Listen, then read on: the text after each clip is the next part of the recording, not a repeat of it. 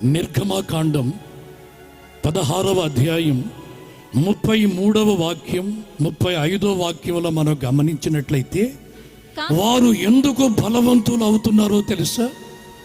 వారు ఎందుకు బలముగా ఉన్నారో తెలుసా? వీటన్నిటినీ ఎలా జయించగలుగుతున్నారో తెలుసా?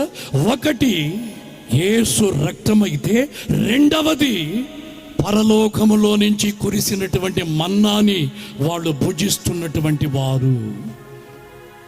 ఏమండి, వాళ్ళు ఈ చెత్త చెదారాన్ని తినేవాళ్ళు కాదండి. పరలోకములో నుంచి దిగి వచ్చిన నిజమైన ఆహారం, వాళ్ళని జీవింపచేసి బలపరిచే ఆహారమును తిన్నటువంటి వారు 40 ఏళ్ళు అలసిపోకుండా నడిపించబడుతున్నారంటే ఏంటి, వాళ్ళ కాళ్ళు వాసిపోలేదంటే వాళ్ళు ఏ ఆహారాన్ని తినేవాళ్ళు తెలుసా? వాళ్ళు మన్నానే భుజిస్తారండి. హల్లెలూయా, హల్లెలూయా.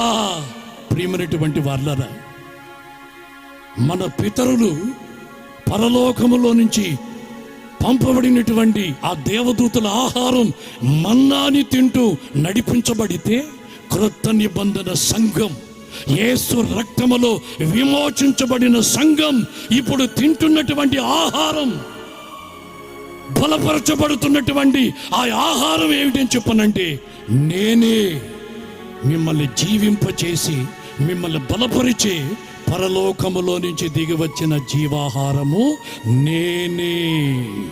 హల్లెలూయా, హల్లెలూయా. లోక సంబంధమైనటువంటి ఆహారాన్ని తింటే శరీరములో బలం, శరీరములో బలం,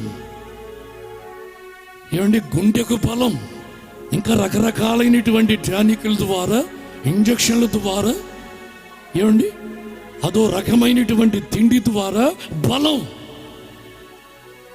పప్పుచారు ఏం తాగుతామండి, ఏమండి, బెండకాయలు ఏం తింటామండి, గుండెకాయలు తింటామండి అంటారు కొంతమంది.